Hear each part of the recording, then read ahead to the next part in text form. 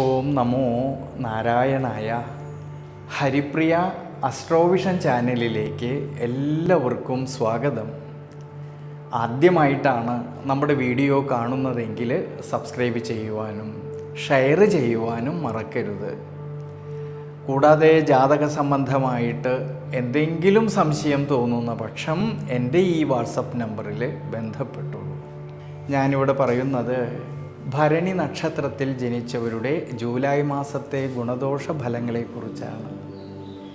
ദൈനംദിന ജീവിതത്തിൽ പല സന്ദർഭങ്ങളിലും മത്സരങ്ങളെയും പ്രതിബന്ധങ്ങളിലൂടെയും തടസ്സങ്ങളിലൂടെയും നേരിടേണ്ടി വരുന്നവരായിട്ടുള്ള ഈ ഭരണി നക്ഷത്രക്കാരിൽ ഈ ജൂലൈ മാസത്തിൽ ഈശ്വരാനുഗ്രഹത്തോടു കൂടിയിട്ട് വളരെയധികം ശ്രദ്ധയോടു കൂടിയിട്ട് മുന്നോട്ട് പോയാൽ മനസ്സന്തോഷത്തിനും ഗുണാനുഭവങ്ങൾക്കുമെല്ലാം സാധ്യത കാണുന്നുണ്ട്.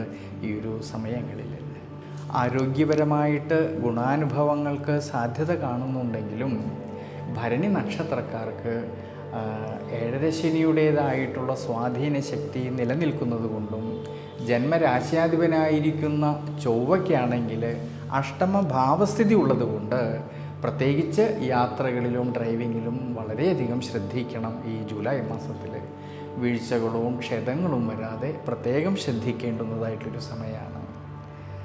ഇനി തൊഴിൽ മേഖലകളെക്കുറിച്ച് ചിന്തിക്കുമ്പോഴും കർമ്മ മേഖലകളെക്കുറിച്ച് ചിന്തിക്കുമ്പോഴും അഭിവൃദ്ധിയിലേക്കും ശ്രേയസ്സിലേക്കും എത്തിച്ചേരാമെന്നുള്ളതായ മനോബലം കിട്ടുന്നതായിട്ടൊരു സമയം കൂടിയാണ്. തൊഴിൽ മേഖലകളിലും കർമ്മ മേഖലകളിലും ഉണർവിനും ഉയർച്ചയ്ക്കുമെല്ലാം സാധ്യത കാണുന്നുണ്ട്. ഈ ജൂലൈ മാസത്തിൽ നിവൃത്തിനാഥനും ശയനകളത്രകാരകനുമായിരിക്കുന്നതായ ശുക്രൻ്റെ അനുകൂല സ്ഥിതിയും സുഖസ്ഥാനമായിട്ടുള്ള 4-ാം ഭാവത്തിൽ നിൽക്കുന്ന വ്യാഴത്തിൻ്റെ ദൃഷ്ടിയാണെങ്കിൽ കർമ്മസ്ഥാനത്തേക്ക് വരുന്നത് കൊണ്ട് കർമ്മസംബന്ധമായിട്ട് ഉയർച്ചയ്ക്കും അഭിവൃദ്ധിക്കും സാധ്യത കാണുന്നുണ്ട്. അധ്വാനിച്ചതിൻ്റേതായിട്ടുള്ള നേട്ടങ്ങൾ കിട്ടുന്നതായിട്ടൊരു സമയം കൂടിയാണ്.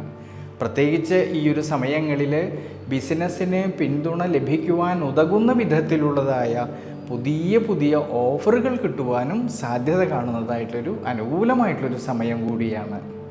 ഈ ഗുണാനുഭവങ്ങളെല്ലാം കാണുന്നുണ്ടെങ്കിലും കർമ്മസംബന്ധമായിട്ട് ഈ ഒരു സമയങ്ങളിൽ പുതിയ തീരുമാനങ്ങൾ എടുത്ത് പ്രവർത്തിക്കുമ്പോൾ വളരെയധികം ശ്രദ്ധിക്കണം.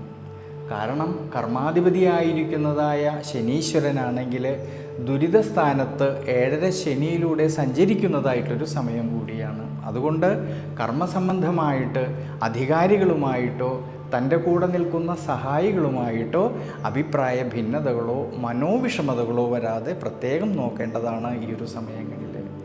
ഇനി വിദ്യാർത്ഥികളെക്കുറിച്ച് ചിന്തിക്കുമ്പോഴാണെങ്കിൽ വിദ്യാമാതുലകാരകനായിരിക്കുന്ന ബുധൻ്റെയും 5-ാം ഭാവനാഥനായിരിക്കുന്നതായ സൂര്യൻ്റെയും അനുകൂല സ്ഥിതി മൂലം വിദ്യാർത്ഥികളിൽ പഠന സംബന്ധമായിട്ട് കൂടുതൽ ശ്രദ്ധ കേന്ദ്രീകരിക്കുവാനും ധാരാളമായിട്ടുള്ള നേട്ടങ്ങൾക്കും സാധ്യത കാണുന്നുണ്ട് ഈ ജൂലൈ മാസത്തിൽ. പ്രത്യേകിച്ച് കുടുംബത്തിലാണെങ്കിലും കുടുംബ ബന്ധങ്ങളിലാണെങ്കിലും ഭാര്യാഭർത്തൃ ബന്ധങ്ങളിലാണെങ്കിലും സന്താനഭാവങ്ങളിലും എല്ലാം തന്നെ മനസ്സന്തോഷത്തിനും അഭിവൃദ്ധിക്കും ശ്രേയസ്സിനുമെല്ലാം സാധ്യത കാണുന്ന സമയമാണ് ഈ ജൂലൈ മാസത്തിൽ.